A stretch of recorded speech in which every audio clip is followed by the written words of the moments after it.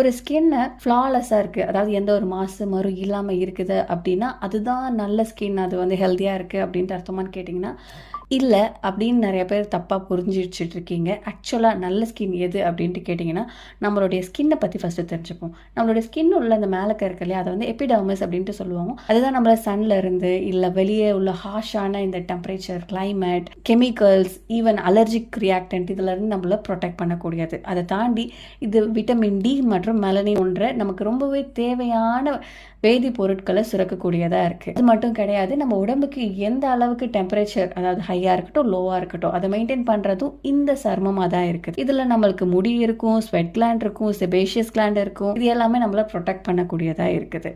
எந்த ஒரு சர்மத்தில் இது அத்தனையும் சரியாக இருக்குது, கரெக்டாக வேலை செய்யுதோ அந்த சர்மம் தான் ஹெல்தியான சர்மம் அப்படின்ட்டு சொல்லலாம். யாருக்கு இதெல்லாம் சரிவர வேலை செய்யுதோ அவங்களுக்கு ஹெல்தி